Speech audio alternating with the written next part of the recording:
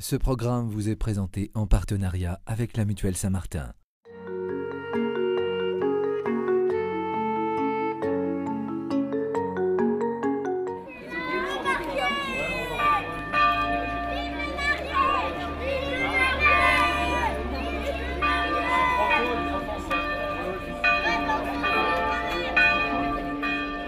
Les fiancés qui décident de se marier devant l'église viennent confier leur amour et leur décision de s'aimer à Dieu. Et donc ils entrent dans une démarche qui en fait les dépasse et ils reçoivent ce sacrement de Dieu, de l'église. Et c'est dans cette attitude-là qu'on entre dans la liturgie, dans la célébration du mariage. La première partie, c'est la partie de l'accueil, un moment émouvant où les fiancés entrent au bras de leurs parents dans l'église. C'est toute l'église qui accompagne cette démarche et l'assemblée qui est présente, donc la famille et les amis souvent, manifeste cette présence de l'église. C'est pour ça que dans la préparation de la cérémonie, eh bien, il faut prendre en compte aussi cette assemblée dans le choix des chants pour que eh bien, tout le monde puisse chanter, tout le monde puisse participer.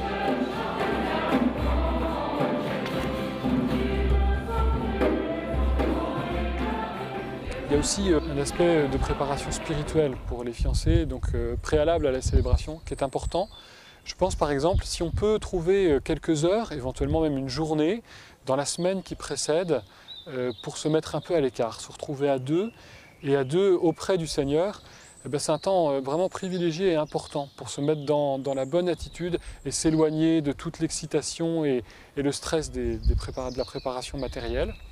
Et puis une étape importante aussi avant la célébration du mariage, c'est de pouvoir vivre le sacrement de la réconciliation pour que le cœur soit vraiment disposé à accueillir ce beau cadeau du sacrement de mariage qui est donné lors de la célébration. Lecture de la lettre de Saint Jean. Voici à quoi nous avons reconnu l'amour. Notre cœur aurait beau nous accuser, Dieu est plus grand que notre La deuxième cœur, partie, et il connaît tout. c'est la liturgie de la parole, qui est une parole vivante et qui vient éclairer ce que nous allons vivre, et en l'occurrence le sacrement du mariage. Alors les textes sont choisis à l'avance, en lien avec le prêtre qui va célébrer.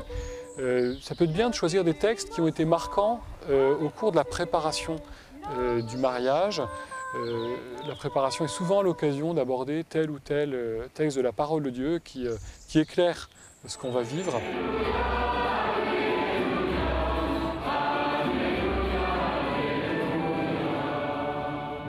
Ressuscité de grand matin, le premier jour de la semaine, Jésus apparut d'abord à Marie-Madeleine.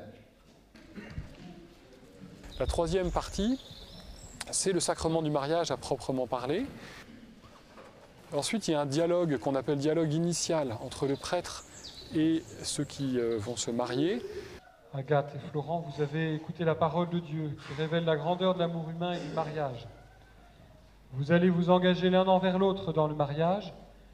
Est-ce librement et sans contrainte? Oui. Oui. En vous engageant dans la voie du Et puis vient le moment de l'échange des consentements, où les époux s'engagent l'un envers l'autre. C'est à ce moment-là que solennellement, ils se redisent, ils se promettent fidélité pour toute leur vie. Devant l'Église, ici rassemblée, donnez-vous la main et échangez vos consentements. Agathe, veux-tu être ma femme? Oui, je veux être ta femme. Et toi, Florent, veux-tu être mon mari? Oui, je veux être ton mari. Il est important d'être dans cette démarche d'accueil, de réception de la liturgie que l'Église nous donne. Par exemple, on ne change pas les paroles de l'échange des consentements. Il y a plusieurs formules au choix. Parfois, des fiancés aimeraient faire un mix un peu à leur sauce. Et en fait, je crois que c'est important dans la démarche de recevoir ces paroles-là, de recevoir le rythme de la liturgie. Ce consentement que vous venez d'exprimer en présence de l'Église, que le Seigneur le confirme et qu'il vous comble de sa bénédiction. Agathe, reçois cette alliance, signe de mon amour et de ma fidélité. Florent, reçois cette alliance, signe de mon amour et de ma fidélité. Une fois que les époux se sont échangés leurs alliances, le prêtre bénit les nouveaux époux, c'est ce qu'on appelle la bénédiction nuptiale. Dieu, tu as sanctifié les noces par un si grand mystère que tu en as fait le sacrement de l'alliance du Christ et de l'Église. C'est une longue prière par laquelle le prêtre invoque la bénédiction de Dieu sur ceux qui viennent de s'engager. Il demande au Seigneur de les garder dans la fidélité, de faire grandir leur amour. Il demande au Seigneur que leur amour soit fécond aussi, dans les enfants, mais aussi plus largement que cela, par l'attention qu'ils pourront avoir aux autres personnes, l'accueil dans leur foyer. Que la puissance de l'Évangile les rende forts et qu'ils soient de vrais témoins du Christ. Je veux chanter ton amour, Seigneur, chaque instant de ma vie. Danser pour toi en chantant ma joie et glorifier ton nom.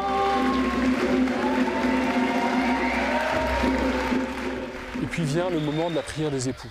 C'est la première prière que les époux adressent ensemble, jeunes mariés, à Dieu. Nous te confions notre couple et tous nos désirs. Toi seul sais ce qui est bon pour nous. Accorde-nous un cœur ouvert à ta volonté. Il a rédigé, l'a préparé en se demandant mais qu'est-ce qu'on veut demander, qu'est-ce qu'on veut dire à Dieu à ce moment si important de notre vie. C'est l'occasion évidemment d'abord peut-être de remercier, de rendre grâce pour le chemin parcouru, pour l'amour reçu de l'un de l'autre, des familles. À ton image, que notre amour rayonne, pour que tous ceux que nous accueillerons dans notre foyer y trouvent joie et réconfort.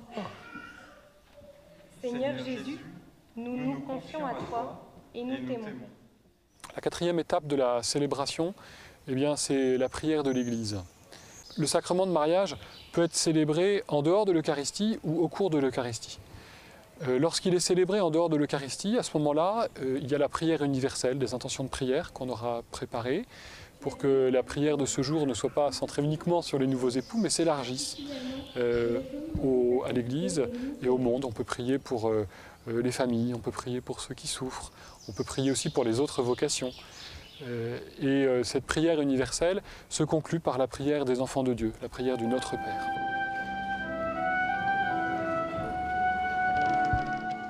Maintenant, pour ceux qui ont l'habitude de pratiquer le dimanche, pour qui l'Eucharistie tient une place importante dans leur vie, c'est vrai qu'il y a une cohérence de pouvoir célébrer le mariage au cours de l'Eucharistie. La dernière partie de la célébration, c'est la plus courte, c'est l'envoi, où on prononce une dernière prière.